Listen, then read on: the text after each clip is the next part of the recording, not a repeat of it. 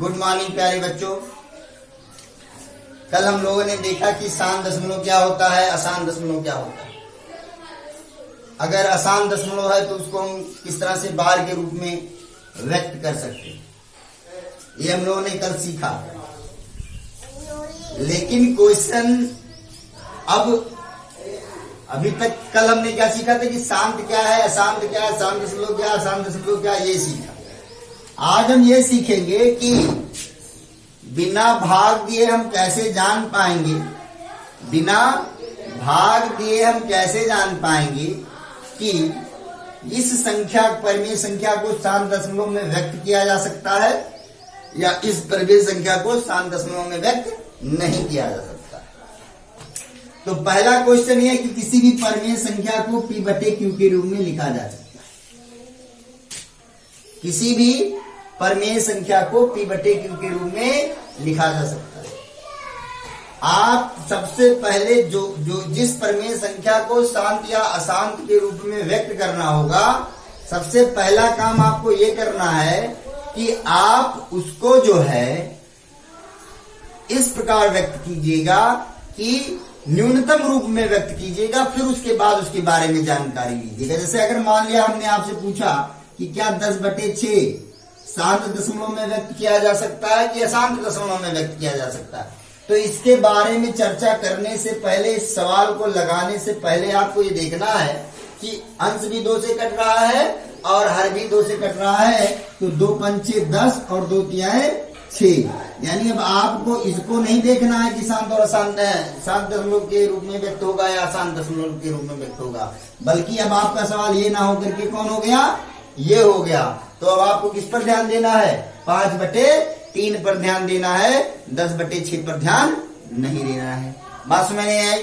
यानी अगर आपको कोई सवाल दिया हुआ है और आपसे ये प्रश्न करता है कि बताइए कि ये शांत दशमलव में व्यक्त होगा कि अशांत दशमलव में व्यक्त होगा, तो आपका काम क्या होगा, सबसे पहला जो काम होगा वो क्या होगा कि यदि उस परिमेय संख्या में अंश और हर में कोई उभयनिष्ठ गुणनखंड है तो उससे अंश और हर को भाग दे देंगे।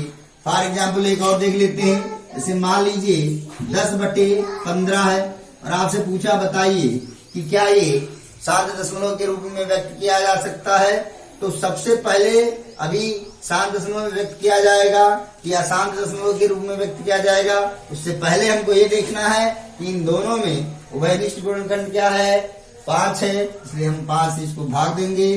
5 दूनी 10, 5 तिहाई 15। इसका मतलब क्या है, अब हम इस पर ध्यान नहीं देंगे बल्कि हम इस पर चर्चा करेंगे। ये बात क्लियर हुई कि नहीं? ये बात क्लियर हुई कि नहीं? बात में आगे होगी। मुझे लगता है कि सबसे पहले आप किसी भी परिमेय संख्या को न्यूनतम रूप में लिख लोगे। क्लियर हो गया कि नहीं हो गया? उसके बाद आपको क्या करना है, कोई दिक्कत तो नहीं है, आगे बढ़े हम लोग। अब जब पहला स्टेप आप समझ में आ गया, पहला स्टेप आपको क्या करना है, शांत दशमलव में आपको परिमेय संख्या को न्यूनतम रूप में लिखना है। क्लियर हुआ कि नहीं हुआ? अब आगे बढ़े हम लोग। चलिए अब हम बात करते हैं, चर्चा करते हैं कि अब कर लिया, न्यूनतम रूप में कर लिया, तो अब क्या करना है। तो अगर न्यूनतम रूप में करने के बाद आप केवल आपकी निगाहें किस पर होनी चाहिए, हर पर होनी चाहिए। किस पर होनी चाहिए, हर पर होनी चाहिए। अंश में क्या लिखा हुआ है इससे कोई मतलब नहीं है, हर में क्या लिखा हुआ है इससे कोई मतलब नहीं है। अगर हर में, हर को देखा आपने, हर का क्या करेंगे, गुणनखंड करेंगे। हर का अंश, चलो हर का गुणनखंड करेंगे। सबसे पहले क्या करेंगे, हर का गुणनखंड करेंगे। सबसे पहले क्या करेंगे, हर का गुणनखंड करेंगे, गुणनखंड करेंगे। उसके बाद हर का गुणनखंड कर लिया, उसके बाद देखेंगे आप कि उस हर में 2 है या 5 है या दोनों है, 2 है 5 है या दोनों है, उसके अलावा, उसके अतिरिक्त और कोई संख्या नहीं है तो क्या होगा? अभाज्य है, तो शांत दशमलव के रूप में व्यक्त होगा। किसके रूप में व्यक्त होगा? शांत दशमलव के रूप में।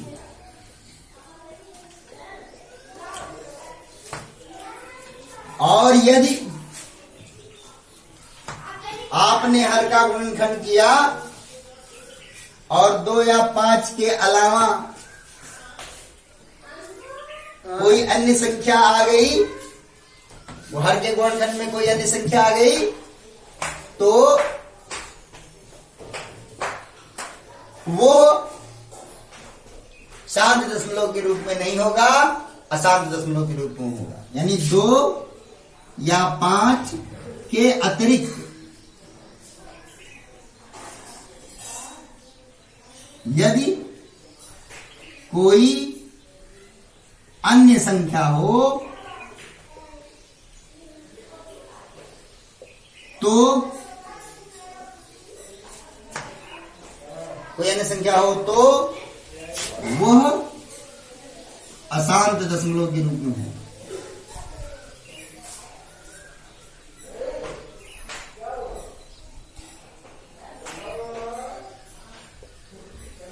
चलिए अब देखते हैं कैसे। सवाल से समझते हैं, सारी बातों को जानते हैं। सबसे पहले एक सवाल आ गया 12/25। हमने क्या कहा है? सबसे पहले हमको क्या देखना है कि क्या अंश और हर में कोई उभयनिष्ठ गुणनखंड तो नहीं है। यहां पर उभयनिष्ठ गुणनखंड नहीं है। क्लियर हो गई बात? क्लियर हो गई बात? अब उसके बाद जब हम ये कर लेंगे, उसके बाद हमको क्या देखना है? हर देखना। फिर क्या करना है? हर का गुणनखंड करना। अंश में क्या इससे नहीं मतलब है, हर का गुणनखंड करना। हर का गुणनखंड किया 25, 5 गुणे 5, तो हर के गुणनखंड में क्या आया? 5, केवल 5 आया कि नहीं आया? तो क्या बताया गया आपको? या तो 2 हो, या तो 5 हो, और या तो दोनों हो। तो कैसे दशमलव के रूप में हो गया? शांत दशमलव के रूप में हो गया। क्लियर हो गया कि नहीं हो गया? तो इसका मतलब ये किस रूप में लिखा जा सकता है? शांत दशमलव के रूप में लिखा जा सकता है। क्लियर हुआ कि नहीं हुआ? भाष्य में आए कि नहीं आए? फिर देखिए, अगर कोई आपसे पूछता है कि 13/20 किस दशमलव के रूप में लिखा जाएगा, तो सबसे पहले क्या करना है? ये न्यूनतम रूप में लिखा हुआ है कि नहीं लिखा हुआ है। तो आप कहेंगे कि न्यूनतम रूप में तो लिखा हुआ है। मैं पूछूंगा क्यों लिखा हुआ है? आप कहेंगे इनमें कोई भी उभयनिष्ठ गुणनखंड मौजूद नहीं है। जब कोई उभयनिष्ठ गुणनखंड नहीं है तो फिर क्या करेंगे? हर का गुणनखंड करेंगे। हर में कितना है? 20 है, तो 20 को क्या लिखेंगे आप? 13/2 गुणे 2 गुणे 5, 2 दूनी 4 पंचे 20। क्या बताया गया आपको? या तो 2 हो, या तो 5 हो, या तो दोनों हो। तो किस दशमलव के रूप में होगा? शांत दशमलव के रूप में। तो ये हो गया शांत दशमलव। किस रूप में व्यक्त होगा? शांत। ये चाहे जितनी बार, यानी 2 हो चाहे जितनी बार, इससे मतलब है, लेकिन 2 हो या 5 हो या दोनों हो। देखिए हर में या तो 2 है और या तो 5 है, इसलिए किस दशमलव के रूप में है? शांत दशमलव। अभी और सीखना आपको, कोई दिक्कत तो नहीं है। अब अगर मैं आपसे पूछूं, यदि मैं आपसे पूछूं कि 6/15 6/15 शांत दशमलव के रूप में लिखा जा सकता है कि नहीं लिखा जा सकता है। अब देखिए, अगर आपने सीधे पहले ही हर का गुणनखंड कर दिया तो 3/5 आ जाएगा। अब आप गलत हो जाएंगे। तो सबसे पहले आपको इसको न्यूनतम रूप में लिखना, पहला काम ध्यान रखिएगा। तो 3 दूना 6 और 3 पचे 15। अब ये न्यूनतम रूप में आ गया। अब जब ये न्यूनतम रूप में आ गया तब आपको देखना है कि ये इसके हर में क्या है। तो इसके हर में कितना है? 5 है कि नहीं है? इसलिए किस दशमलव के रूप में होगा? शांत दशमलव के रूप में। क्लियर हुआ कि नहीं हुआ? थोड़ा सा और बढ़ते हैं और क्लियर करते हैं। अगर मैं आपसे पूछता हूं कि 3/4 क्या ये शांत दशमलव के रूप में होगा? सबसे पहले क्या देखेंगे? कोई उभयनिष्ठ गुणनखंड नहीं है, जी नहीं है, तो गुणनखंड करेंगे। किसका गुणनखंड करेंगे? हर का। हर कितना है? 4। 2 गुणे 2। हर में क्या आया? 2 आया। तो जब हर में 2 आया तो क्या बताइए? या तो 2 हो, या तो 5 हो, या दोनों हो। इसलिए किस दशमलव के रूप में होगा? ये शांत दशमलव। तो क्या देखा आपने? अभी और बातें क्लियर करनी है। देखा आपने क्या है? यहां पर हर में केवल 5 है, यहां पर हर में केवल 2 है, यहां पर हर में 2 और 5 दोनों है। इन तीनों ही परिस्थितियों में इनको शांत दशमलव के रूप में व्यक्त किया जा सकता है। अब आगे बढ़ते हैं। अभी और बातें क्लियर करनी है। सबके समझ में आ गया है कि नहीं आ गया है? अंशु थोड़ा सा कम बोलो। इतनी बात क्लियर हो गई? इतनी बात क्लियर हो गई। अब आगे बढ़े हम लोग। तो अब देखिए, अब और क्लियर होगा। अभी अगर मैं आपसे पूछूं कि 4/15 ये शांत दशमलव के रूप में होगा या अशांत दशमलव के रूप में? तो यहां पर आपने क्या देखा कि दोनों में कोई उभयनिष्ठ गुणनखंड नहीं है। सबसे पहले तो आपको यही देखना है। अगर उभयनिष्ठ गुणनखंड है तो उसको सरल करना हो। तो इनमें कोई उभयनिष्ठ गुणनखंड तो नहीं है, जी नहीं है। तो उसके बाद क्या करेंगे? आप हर का गुणनखंड करेंगे। तो हर का गुणनखंड करेंगे तो कितना हो गया? 3 गुणे 5। अब हर के गुणनखंड में 5 तो आया, लेकिन 5 के साथ क्या आ गया? 3 भी आ गया। तो क्या बता गया? 2 या 5 के अतिरिक्त यदि कोई अन्य संख्या हो तो अशांत दशमलव के रूप में व्यक्त होगा। अर्थात ये किस दशमलव के रूप में व्यक्त होगा? अशांत दशमलव के रूप में व्यक्त होगा। क्लियर हो गया बेटा कि नहीं हो गया? यानी हर में केवल 5 हो, या केवल 2 हो, या 2 और 5 का गुणा हो, इसके अतिरिक्त अगर कोई संख्या उसमें मौजूद हो जाती है तो वो शांत दशमलव में ना हो करके अशांत दशमलव में हो जाएगा। क्लियर हुआ? अभी और क्लियर होगा। देखिए, बढ़ते हैं आगे। जैसे अगर मैं आपसे कहूं, यदि मैं आपसे कहूं कि 2/1/6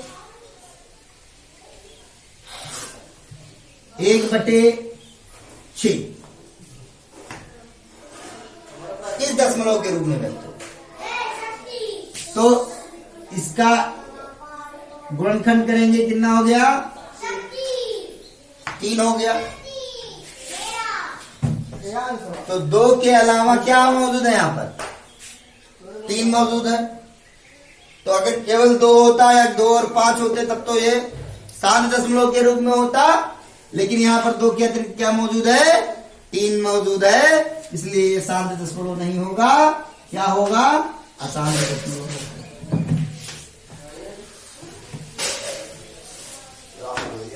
अगर कोई पूछता है कि 3/14 शांत दशमलव के रूप में होगा कि अशांत दशमलव के रूप में होगा? तो 3/2 गुणे 7। यहां पर 2 के अतिरिक्त क्या मौजूद है? 7 मौजूद है, इसलिए किस दशमलव के रूप में होगा? अशांत दशमलव के रूप में होगा। अब मुझे लगता है कि आपको क्लियर हो गया होगा, कोई दिक्कत नहीं होगी। यानी आप बिना भाग दिए अब बता सकते हैं कि किसको शांत दशमलव के रूप में व्यक्त किया जा सकता है और किसको शांत दशमलव के रूप में व्यक्त नहीं किया सकता। किसको शांत दशमलव के रूप में व्यक्त किया जा सकता है और किसे अशांत दशमलव के रूप में व्यक्त किया जा सकता है। क्लियर होगा नहीं? अगर लिखा हुआ जैसे मान लीजिए 1/125 आपसे पूछता है कि शांत दशमलव के रूप में होगा कि नहीं होगा, तो आप क्या करोगे? 1/5 गुणे 5 गुणे 5, केवल 5 दिख रहा है इसलिए किस क्या होगा? ये शांत दशमलव के रूप में होगा। मुझे लगता है कि अब आपको समझ में आ गया होगा। ये बात क्लियर हो गई? तो ये जो बातें आपको समझाई समझ में आ गया है। सबसे पहले स्टेप आप सुनिए। सबसे पहले परिमेय संख्या को देखेंगे। परिमेय संख्या में अगर कोई हंस और हर में कोई वैनिष्ठ गुणनखंड है तो उससे दोनों को हल करके न्यूनतम रूप में लाएंगे, जैसे कि यहां पर लाया गया है। यहां पर न्यूनतम रूप के बाद हम अंश का गुणनखंड करेंगे, जैसे यहां पर किया गया है। गुणनखंड करने के बाद देखेंगे कि 2 या 5 हैं तो शांत दशमलव होगा। अगर 2 या 5 के अतिरिक्त कोई अन्य संख्या है, जैसे यहाँ पर 3 है और यहाँ पर 7 है, तो किस दशमलव के रूप में होगा? अशांत दशमलव के रूप में होगा। क्लियर हो गया कि नहीं हो गया? मुझे लगता है क्लियर हो गया हो, कोई दिक्कत नहीं होगी। अब इसी को व्यापक रूप में कैसे लिखा जाएगा, आइए हम समझते हैं।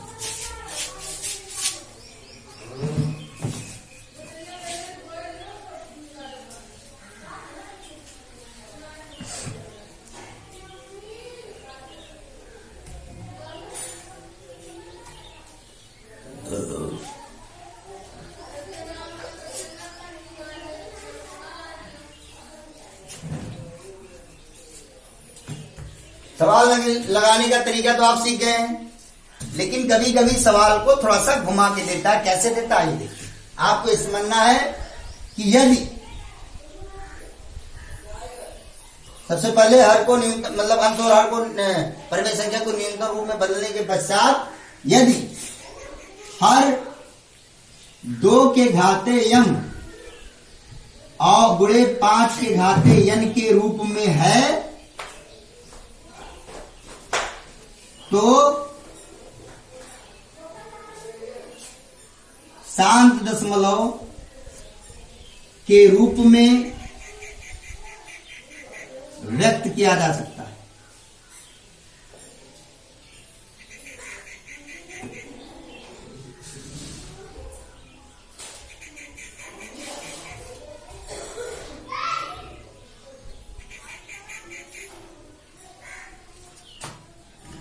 और यदि हर 2 तो तरीका हो गया, जो अभी हमने बताया आपको समझ में आ गया कि सवाल को कैसे लगाना है। लेकिन ये थ्योरी है। थ्योरी में अगर कोई पूछता है कि शांत दशमलव के रूप में व्यक्त करने के लिए क्या किया जाए, तो आप क्या बताओगे कि यदि हर 2 के घाते m गुणे 5 के घाते n के रूप में व्यक्त हो तो शांत दशमलव के रूप में व्यक्त किया जाए। लेकिन सवाल कैसे लगाना है, जैसे मैंने आपको सिखाया। क्लियर हो गया नहीं हो गया? यदि हर 2 के घाते m गुणे 5 के घाते n के रूप में ना हो तो अशांत दशमलव के रूप में व्यक्त किया जा सकता है।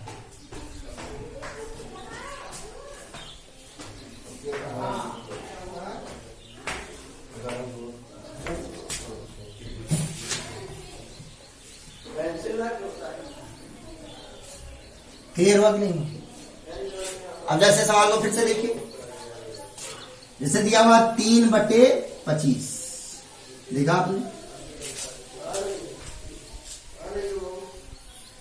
तो ये बराबर किसके होगा? 3/5 गुणे 5। इसके गुणन हर में कितना, इसका क्या मौजूद है? 5 मौजूद है। इसका मतलब क्या हुआ?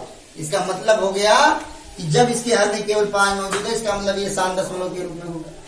लेकिन अगर इसको हम लिखें तो हम इसको लिख सकते हैं 3/5 के घाते 2। अब आपके सवाल में आ गया कि यहां पर m का मान कितना होगा और n का मान कितना होगा, तो आप कहोगे इसमें m 2 दिख ही नहीं रहा है, इसका मतलब 2 का घात कितना होगा? 0। यानी यहां पर m बराबर किसके है? 0 के है और n बराबर किसके है? 2 के। क्लियर हो नहीं हुआ? तो यानी ये 2 के घाते m और 5 के घाते n के रूप में है कि नहीं? भाई यहां पर अब फिर से समझिए, यहां पर 5 के घाते 2 है, तो 5 के घाते 2 से अगर इससे तुलना करें तो n की यहां पर कितना है? 2 है कि नहीं है? लेकिन और आप ये जानते हैं कि शांत दशमलव के रूप में व्यक्त है कि नहीं है? क्यों शांत दशमलव के रूप में है? क्योंकि इसके हर में 5 और 5 मौजूद है। लेकिन थ्योरी के हिसाब से क्या कहता है कि अगर हर 2 के घाते m गुणे 5 के घाते n के रूप में हो तो शांत दशमलव के रूप में व्यक्त किया जा सकता है। अब यहां पर तो 2 मौजूद नहीं है और हमको इस रूप में व्यक्त करना है, तो हम इसको क्या लिख सकते हैं? 3/2 के घाते 0 गुणे 5 के घाते 2। क्योंकि किसी का घात 0 के किसी का घात अगर 0 है तो उसका मान किसके बराबर होता है? 1 के बराबर होता है कि नहीं होता है? बात में आ गई नहीं आ गई? अब अगर इससे तुलना करें तो m के स्थान पर कितना हो गया? 0 हो गया और n के स्थान पर कितना हो गया? 2 हो गया। यानी सवाल यही आ गया और आपसे कहा कि इसके हर को 2 के घाते m और 5 के घाते n के रूप में व्यक्त कीजिए, तो आपको ऐसे ही व्यक्त कर देना है। और आपको ये पता चल चुका है क्योंकि ये 2 के घाते m और 5 के घाते n के रूप में है, इसलिए शांत दशमलव के रूप में होगा। लेकिन बहुत ध्यान सुनिए, यदि केवल शांत दशमलव के रूप में कह रहा है कि व्यक्त किया जा सकता है कि नहीं किया जा सकता है, तो आप यहां तक करने के बाद लिख दोगे कि चूंकि इसके हर के गुणनखंड में केवल 5 उपस्थित है, इसलिए इसको शांत दशमलव के रूप में व्यक्त किया जा सकता है। लेकिन जब सवाल में यह आएगा कि इसको 2 के घाते m और 5 के घाते n के रूप में व्यक्त करना है, तो आपको इस रूप से व्यक्त करना है। अगर सवाल में यह आएगा कि इस स्थिति में m का मान कितना होगा, n का मान कितना होगा, तो आपको ये कर लेना है। क्लियर हुआ कि नहीं हुआ? अभी एक और सवाल देखते हैं तो आपको और स्पष्ट हो जाएगा। अगर हम लिख देते हैं 3/8, 3/8। अब 3/8 लिख दिया तो यहां पर गुणनखंड करेंगे तो कितना हो जाएगा? 2 गुणे 2। अब आपको यहीं से स्पष्ट हो गया ये शांत दशमलव के रूप में लिखा जा सकता है, क्योंकि यहां पर केवल 2 मौजूद है। उत्तर हो गया, आप यहां लिख सकते हैं क्योंकि इसके गुणनखंड में केवल 2 उपस्थित है, इसलिए ये शांत दशमलव के रूप में व्यक्त किया जा सकता है। लेकिन अब आपसे कह दिया कि यहां इसको 2 के घाते m 5 के घाते n के रूप में बनाइए, तो सबसे पहले आप क्या लिखोगे? 3/2 के घाते 1 2 3 हो गया और गुणे 5 के घाते 0 हो गया। क्लियर हुआ कि नहीं हुआ? अब यहां पर 2 के घाते m 5 के घाते n के रूप में हो गया कि नहीं हो गया? ये कब करना है? जब आपसे सवाल में कहेगा, जब आपसे केवल सवाल में कहेगा कि बताइए कि शांत दशमलव में लिखा जा सकता है कि नहीं लिखा जा सकता है, तो आपको क्या करना है? केवल गुणनखंड करना है। गुणनखंड में अगर 2 या 5 या केवल 2 और 5 आते हैं तो आप कह देंगे कि शांत दशमलव के रूप में व्यक्त किया जाएगा। लेकिन यदि आपसे ये कहता है कि इसको 2 के घाते m 5 के घाते n के रूप में लिखिए, तो आपको ऐसे ही लिखना पड़ेगा। अब यहां पर आपसे पूछ ले कि m का मान कितना है, तो तुलना करेंगे तो m का मान हो गया 3 और n का मान हो गया 0। क्लियर हुआ कि नहीं हुआ? अब कोई दिक्कत नहीं, जरूरी नहीं कि 2 के घाते m गुणे 5 के घाते n। ऐसा भी सवाल में आ सकता है कि 2 के घाते a 5 के घाते b, मतलब घात के बारे में बताइए, नहीं कि कोई जरूरी कि यही अक्षर लिखा होगा। कॉन्सेप्ट क्लियर हुआ? अभी और सवाल देखते हैं, जैसे कि दिया हुआ है 7/100।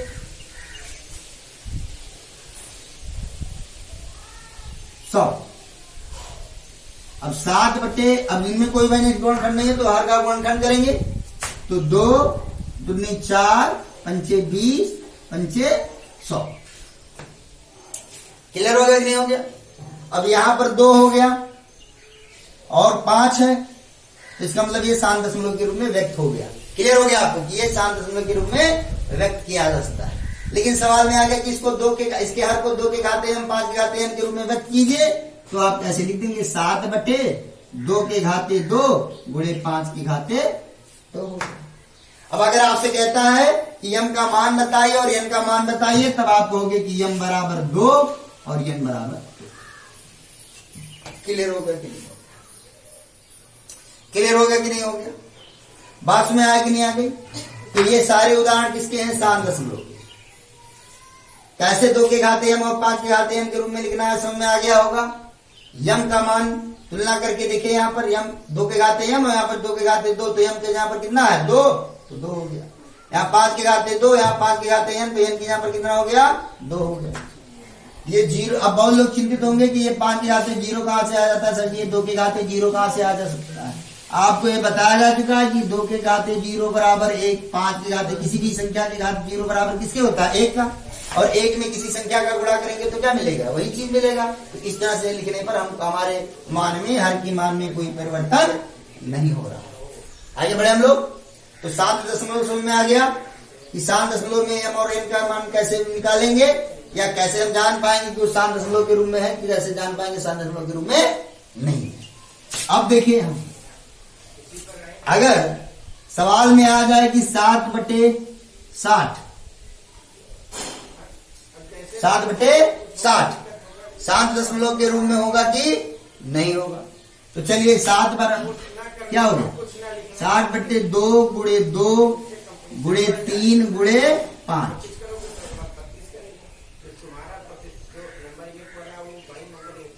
तो क्या देखा आपने? यहां पर तो 2 मौजूद है, यहां पर 5 भी मौजूद है, तो लेकिन यहां पर क्या हुआ? 3 भी मौजूद है। अर्थात ये 2 के घाते m और 5 के घात के रूप n के रूप में नहीं है, बल्कि यहां पर अगर आप इसको लिखेंगे तो कैसे लिखेंगे? 7/2 के घाते 2 गुणे 3 के घाते 1 गुणे 5 के घाते 1। अर्थात 2 m का मान कितना है? 2 है। n का मान कितना है? 1 है। लेकिन इसके साथ क्या आ गया? 3 भी आ गया। आ गया कि नहीं आ गया? अर्थात ये 2 के घाते m और 5 के घाते n के रूप में नहीं है, इसलिए ये अशांत दशमलव के रूप में व्यक्त किया जाएगा। अर्थात यहां पर क्या होगा? ये अशांत दशमलव के रूप में व्यक्त किया जाएगा। अभी इस बार बोर्ड की परीक्षा में एक सवाल आया था कि अगर इसी तरह का सवाल था, मुझे याद नहीं क्या था, इसी का कि 7/300 को यदि 7/2 के घाते a, 3 के घाते b और 5 के घाते c के रूप में लिखा जा सकता हो, तो बताइए कि a, b और c का मान कितना होगा। ऐसा सवाल आ गया। तो क्या होगा? यहां से सबसे पहले अभी इस सवाल को हल करेंगे। तो क्या हो गया? 7/300 बराबर 7/300 की जगह 2 दूनी 4, यहाँ है 12, 5 60, 5 300। अब ये ऐसे कैसे किया था? 300 कहां से आया? 300 ऐसे गुणनखंड कर लिया आपने। 300 कितने से काटा? 2 से। 2 1 2, 2 5 10, 2 0 150। फिर 2 से काटेंगे, 2 से 1 में भाग नहीं जाएगा, 15 हो गया, 2 7 14, 2 5 10। फिर किससे काटे आप? 3 से। 3 दूनी 6, 3 5 15। फिर 5 से काटे, 5 25। फिर 5 से काटे, 5 1 5। देखा आपने? 2 गुणे 2 गुणे 3 गुणे 5 गुणे 5। क्लियर हो गया नहीं हो गया? अब यहां पर आप देखेंगे कि ये बराबर किसके हो गया? 7/2 के घाते 2 गुणे 3 के घाते 1 और गुणे 5 के घाते 2। अब देखिए किस रूप में आ गया? 2 के घाते a, 3 के घाते b और 5 के घाते c के रूप में आ गया कि नहीं आ गया? तो तुलना करेंगे तो a के स्थान पर कितना है? 2 है। b के स्थान पर कितना है? 1 है। और c के स्थान पर कितना है? 2। तो क्लियर हो गया आपको? अब आपसे पूछ ले कि अब बताइए कि क्या ये शांत दशमलव के रूप में व्यक्त किया जा सकता है, आप कहोगे नहीं। पूछेगा क्यों? क्योंकि यहाँ पर 2 के घाते m और 5 के घाते n के रूप में तो है, लेकिन इसके साथ साथ 3 भी मौजूद है, इसलिए ये शांत दशमलव के रूप में नहीं होगा, बल्कि अशांत दशमलव के रूप में होगा। ये बात क्लियर हुई कि नहीं हुई? सबके समझ में आ गया? मुझे लगता है अब आप सवाल को आराम से लगा देंगे, कोई दिक्कत नहीं होगी। तो अब सवाल लगाइएगा। प्रश्नावली 1.4 के सारे सवाल समझिए मैंने लगा दिए हैं। आपको केवल सबसे पहला स्टेप फिर से एक बार रिपीट कर देता हूं। सबसे पहले परिमेय संख्या को देखेंगे। अगर परिमेय संख्या के अंश और हर में कोई वैनिष्ठ गुणनखंड है तो उसको हल कर लेंगे। फिर हर का गुणनखंड करेंगे। अगर हर के गुणनखंड में केवल 2 है या केवल 5 है या 2 और 5 दोनों हैं तो वो शांत दशमलव के रूप में होगा। यदि हर का गुणनखंड करते हैं और उसमें 2, 5 और 3 2 और 5 के अलावा अन्य कोई और संख्या है, जैसे कि यहाँ पर 3 मौजूद है, तो वो अशांत दशमलव के रूप में व्यक्त होगा। मुझे लगता है क्लियर हो गया होगा। प्रश्नावली लगाइएगा। जो भी प्रश्न समस्या होगी उसको मैसेज कीजिएगा। मुझे लगता है कि प्रश्नावली समाप्त हो गई है। धन्यवाद। कोई दिक्कत होगा पूछिए।